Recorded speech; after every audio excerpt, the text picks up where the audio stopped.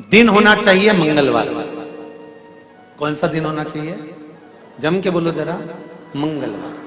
विवाह शादी में देरी हो रही हो, या कोई नया कार्य चालू कर रहे हो उसमें देरी हो रही हो, या कोई सर्विस के लिए नौकरी के लिए जा रहे हो और वो कार्य नहीं हो रहा हो, तो एक धतूरा, केवल एक धतूरा, उस धतूरे को फोड़कर उसके अंदर का फल निकालकर उस फल को शिवलिंग पर चढ़ाकर एक लोटा जल शंकर भगवान को समर्पित कर आइए। दिन होना चाहिए मंगलवार। कौन सा दिन होना चाहिए? जम के बोलो जरा। मंगलवार समर्पित करो। उसके बाद में आप विवाह के लिए अगर समर्पित करे हैं तो विवाह में देरी नहीं होगी। व्यवसाय और व्यापार के लिए या नौकरी के लिए समर्पित करे हैं तो उसमें देरी नहीं।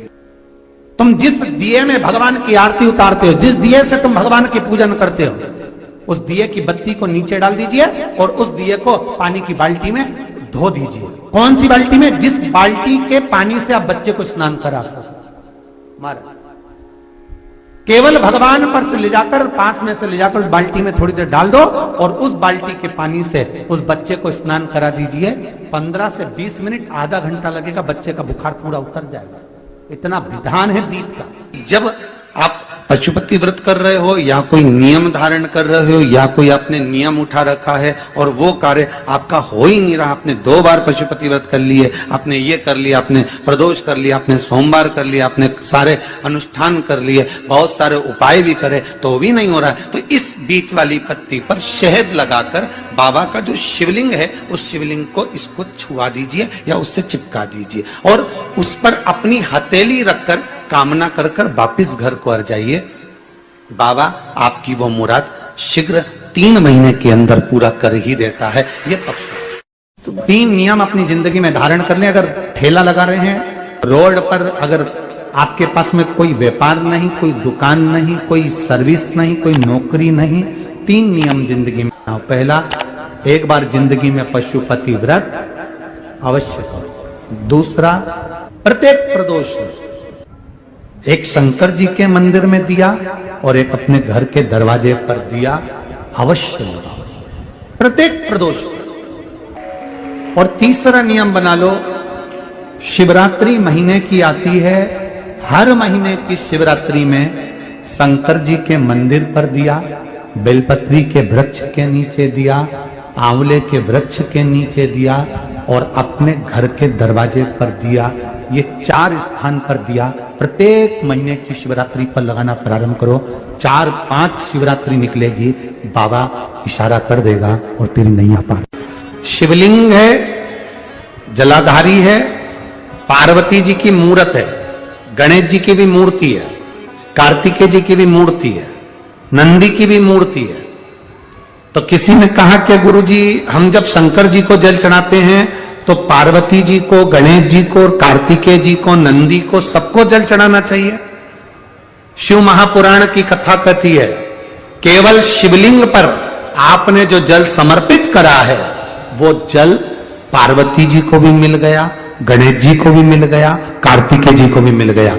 उसके सिवाय तुम्हें ये नहीं कि यहां भी जल चढ़ाओ वहां भी जल चढ़ाओ, ना, केवल शंकर जी पे तुमने जल चढ़ा दिया, शिव पिंडी पर जल चढ़ा दिया, वो जल तुम्हें शंकर भगवान का चढ़ा हुआ जल सबको प्राप्त हो गया। अब उसमें तुम्हें ये नहीं सोचना कि मैंने पार्वती जी को तो स्नान कराया ही नहीं, मैंने गणेश जी को तो स्नान कराया ही नहीं, मैंने कार्तिकेय को तो स्नान कराया ही नहीं, ना ना ना। आज पंजाब की इस पवित्र भूमि पर अगर यह प्रसंग निकला है तो इसको आप अगर सुनेंगे तो आपका जीवन सार्थक होगा। शिव जी को 5 तरह से जल चढ़ाने का तरीका है। जैसे पंचामृत होता है, दूध, दही, शहद, घी, शक्कर, ये सब पंचामृत के अंतर्गत आते हैं, उसी तरह शंकर जी को 5 तरह से जल चढ़ाने का क्रम वर्णित किया गया। अब उसको समझेंगे, बहुत सावधानी से समझिएगा। पहला, जल लेकर आए, सीधे डायरेक्ट शंकर भगवान के शिवलिंग पर चढ़ा दिया, यह प्रथम जल का चढ़ाने का तरीका। दूसरा, जहां से पानी बहकर जाता है, जहां से जल बहकर जा रहा है, उसके ठीक विपरीत जल उत्तर में जा रहा है, आप दक्षिण में खड़े होंगे और दक्षिण में खड़े होकर उत्तर की ओर मुख करेंगे और शिव जी को जल समर्पित करेंगे। यह रोग मुक्ति करने वाला है और हमारे रोग पर हमें विजय प्रदान करने वाला है। यह जल चढ़ाने का था। एक सीधे मंदिर में गए, लोटा भरकर जल उठाया, शिव जी को चढ़ा दिया। दूसरा जल जहां से पानी बहता है, शिव जी का चढ़ा हुआ जल जहां से बहकर जाता है, उसके ठीक विपरीत में शिव जी का जल इधर जा रहा है तो तुम यहां खड़े हो, तुम यहां बैठो, यहां मत बैठना, यहां मत बैठना, इधर बैठो। अगर रोग का निवारण है तो यहां बैठकर। तीसरा, अशोक सुंदरी से जल चढ़ाते चढ़ाते शिवलिंग तक लेकर जाना और शंकर भगवान के शिवलिंग पर पूर्ण जल समर्पित करना। यह तीसरा तरीका, यह कार्य की सिद्धता के लिए। हम जब किसी से आस ना लगाकर परमात्मा से विनती करते हैं तो वो विनती करने का तरीका तीसरा। चौथा, शिवजी पे चढ़ा हुआ जल 5 जगह पर समर्पित करना। गणेश जी, कार्तिकेय, अशोक सुंदरी, शिवलिंग और जलाधारी, ये चौथा क्रम है। और 5वां जल समर्पित करना,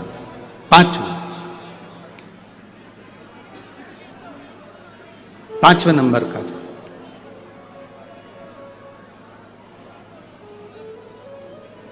शिव जी को 5म नंबर का जो जल आता है, जो जलाधारी है, ऊपर जिसमें पानी भरा रहता है और नीचे एक एक बूंद टपकता रहता है, जलाधारी में जल समर्पित कर कर उसी जल को बचाकर अशोक सुंदरी वाली जगह पर थोड़ा सा चढ़ाकर उसी में से जल शिवलिंग पर जब हम समर्पित करते हैं तो हम जिस कार्य के लिए जा रहे हैं वो कार्य सफल हो।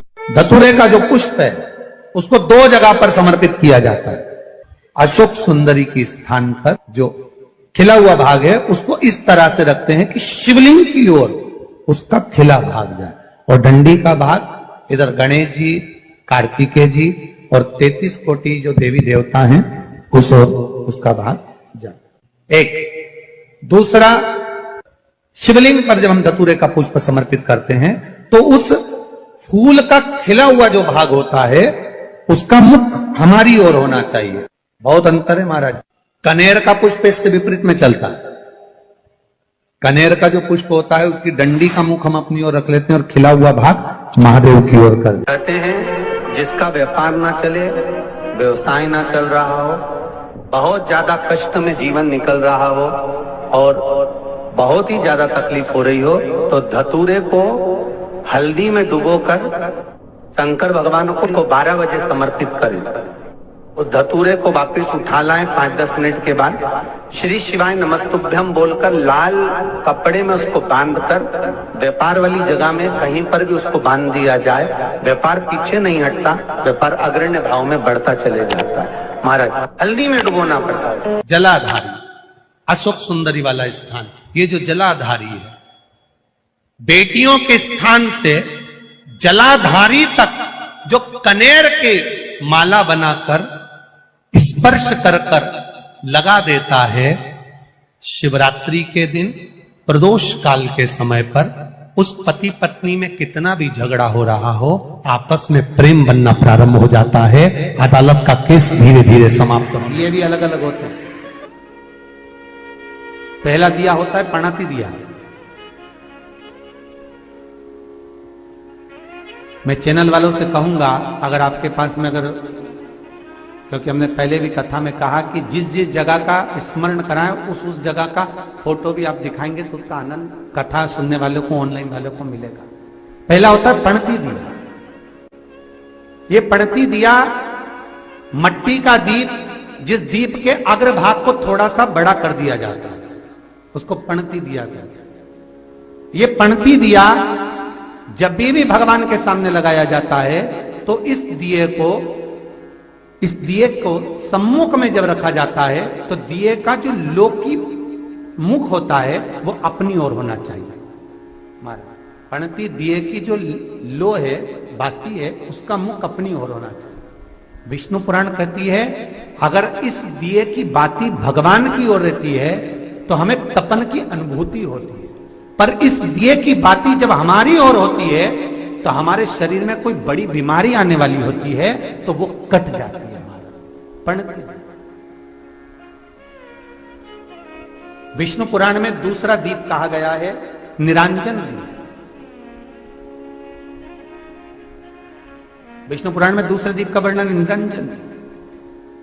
जिस निरंजन दीप में महाराज आपने देखा होगा डमरू जैसी आकृति होती है। अगर चैनल पे कथा देख रहे होगे तो इनके पास में अगर होगा तो अवश्य दिखाएंगे। निरंजन, इस निरंजन दीप में डमरू की आकृति होती है, रखने का भाग और ऊपर का भाग इस तरह से, और ऊपर उसमें दिए लगाए के लिए बाती का स्थान रहता है। किसी किसी में 5 कंगूरे होते हैं, किसी किसी में 6 कंगूरे होते हैं। इसको निरंजन दीप कहते हैं। महाराज विष्णु पुराण के 5वें अंश में लिखा गया निरंजन दीप भगवान के सम्मुख में राइट भाग में लगाया जाता है। भगवान का जो स्थान होता है, भगवान का जो मंदिर होता है, तो भगवान का राइट, आपका होगा लेफ्ट, क्योंकि आप भगवान के सामने बैठोगे तो भगवान का राइट, आपका लेफ्ट। तो आप जब लगाएंगे तो आप लेफ्ट में लगाएंगे, आपका लेफ्ट होगा और भगवान का वो भाग राइट कहलाएगा। तो भगवान के सीधे हाथ की ओर लगता है। माना निरंजन, निरंजन दीप कभी भी तेल का नहीं लगता। माना निरंजन दीप कभी भी तेल का नहीं लगेगा। हाँ, यह हो सकता है कि बटी निरंजन जो दीप होता है उसमें तेल डाल सकते हैं। बटी निरंजन दीप जो होता है उसमें कंगूरे नहीं होते। बटी निरंजन दीप केवल गोल होगा, ऊपर से डमरू जैसी आकृति होगी, डमरू जैसा होता है, ऊपर से उसमें कहीं कंगूरे नहीं होते। महाराज अगर आप चैनल पर देख रहे होंगे तो बटी निरंजन दीप का भी वर्णन आपको दिखाया जा रहा होगा। बटी निरंजन जो दीप होता है वो केवल डमरू की आकृति में होता है, उसमें कोई कंगूरे नहीं होते। पर निरंजन जो दीप होता है उसमें कंगूरे होते हैं। तो जो निरंजन दीप होता है उसमें कभी तेल नहीं डाला जाता। निरंजन दीप को हमेशा घृत से ही लगाया जाता है। पर बटी निरंजन जो दीप होता है उसमें आप तेल डाल सकते हैं। बटी निरंजन दीप जो लगाएंगे वो तेल का लगा सकते हैं, पर निरंजन में कभी तेल नहीं डाला जाता। क्यों नहीं डालते? विष्णु पुराण कहती है निरंजन दीप के अंदर अगर तेल की बाती लगाकर लगाया जाता है तो 1 रुपया कमाते हैं, 1.25 रुपये खर्च होगा। घर में 10 लोग भी कमा कर लाएंगे तो पैसा नहीं दिखेगा, घर में रुपया टिकता नहीं है। अर्थात निरंजन दीप में आप तेल की बाती लगा रहे हो, यह सिद्ध हो चुका है। और महाराज बटी निरंजन जो दीप होता है उसके अंदर आप तेल डालकर जला सकते हो। बटी निरंजन जो दीप होता है ये आप किसी भी स्थान पर लगाओगे, सबसे पहले पितृ इससे भाग ग्रहण करते हैं, देवता को देते हैं, देवता उससे भाग ग्रहण कर कर कुबेर को प्रदान करते हैं, कुबेर उससे भाग लेकर शिव को प्रदान करता है। भगवान शंकर बटू भैरव को कहकर घर का उद्धार करते, इसीलिए उसको कहते बटी निरंजन। इसमें कंगूरे नहीं होते। महाराज बटी एक कुबेर निरंजन भी होता है, दिए में स्टैंड होता है, पकड़ने की जगह होती है, आगे उसमें चोंच लगी रहती है, उसको कुबेर निरंजन दीप कहते हैं। कुबेर निरंजन दीप महाराज जब भी जलाया जाता है, इस तरह का दिया अगर किसी के घर में हो कुबेर निरंजन, जिसमें स्टैंड होता है, ऊपर होता है, थोड़ा लंबा होता है, आगे लंबाई निकली रहती है। कुबेर निरंजन टीवी पर आप दर्शन कर रहे होंगे तो कुबेर निरंजन जो दीप होता है उसमें समझ लेता है, तो मुझे समझने की जरूरत नहीं, मेरा शिव समझ।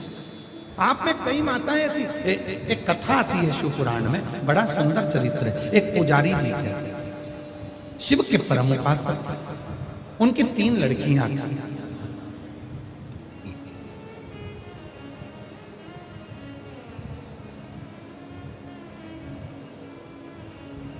रामा पुजारी की 3 लड़कियां।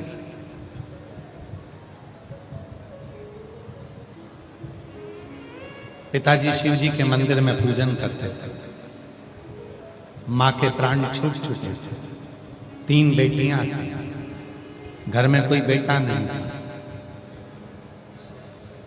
दुनिया को लोगों को लगता है कि घर में बेटा का होना जरूरी है। शिव पुराण कहती है अगर घर में बेटी है और तुम्हारे संस्कार अगर तुम्हारी बेटी में अच्छे आए हैं तो बेटे की भी जरूरत नहीं पड़ती, वो बेटी भी पार लगा देती,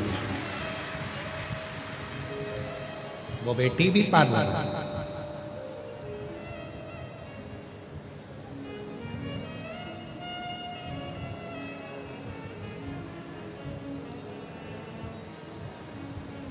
शिव कथा का 3 बेटियां थी रामा पुजारी। शिव के उपासक थे, शंकर भगवान के मंदिर में पूजन करते थे, अर्चना करते थे, साधना करते थे। पुजारी जी इतने समझदार थे कि वो कभी कभी मंदिर नहीं जाते थे। अब लोग कहते हैं गुरुजी आप ये कथा कहते हो और कहते हो पुजारी जी इतने समझदार थे कि वो कभी कभी मंदिर नहीं जाते। समझदार व्यक्ति को तो रोज मंदिर जाना चाहिए, और आप कह रहे हो कि पुजारी जी इतने समझदार थे कि कभी कभी वो मंदिर नहीं जाते थे। पुजारी जी इतने समझदार थे कि कभी कभी वो मंदिर नहीं जाते। क्यों नहीं जाते थे? मैं मंदिर नहीं जाऊंगा तो मेरी बेटियां मंदिर जाएंगी। मैं जैसी पूजन करता हूं मेरी बेटियां भी वैसे करेंगी। कभी कभी घर में जब कुल देवता की पूजन हो, कुल देवी की पूजन हो, घर में कोई पितरों की पूजन हो, तो सास को कह देना चाहिए कि अभी मेरे कमर में दर्द है बहू, तू पूजन की तैयारी कर। क्यों? बहू को अपने जीते जी पूजन करने का तरीका और पूजन करना सिखाकर जाओ, जिससे तुम्हारे जाने के बाद तुम्हारी बहू अपनी बहू को वो पूजन का तरीका। और आधे से ज्यादा सास क्या कहती है, तेरे बस का नहीं है, बस यही सीख के आई अपने बाप के घर से, तुझे कुछ नहीं आता, चल मैं सब कर लूंगी, मैं सब कर लूंगी, मैं सब कर लूंगी। तो बहू भी कहती है कर ले जा। आजकल की बहुओं को तुम कम समझते हो। एक सास हमेशा बहू के पीछे पड़ी रहती थी, कचौड़ी तल रही थी बहू, एक एक कचौड़ी अच्छे से तलना, पोछा लगाए तो एक एक कोने का अच्छा पोछा लगाना, झाड़ू से एक एक कचरा निकालना, एक एक बेडशीट को अच्छे से झटकारना। एक दिन बहू को गुस्सा आ गया, बहू चली गई नहाने बाथरूम में, 4 घंटे नहीं निकली। सास ने आवाज लगाया, बेटा ओ बेटा जल्दी निकलो, काम पड़ा हुआ है। क्या कर रही हो इतनी देर तक? मम्मा एक एक बाल को शैम्पू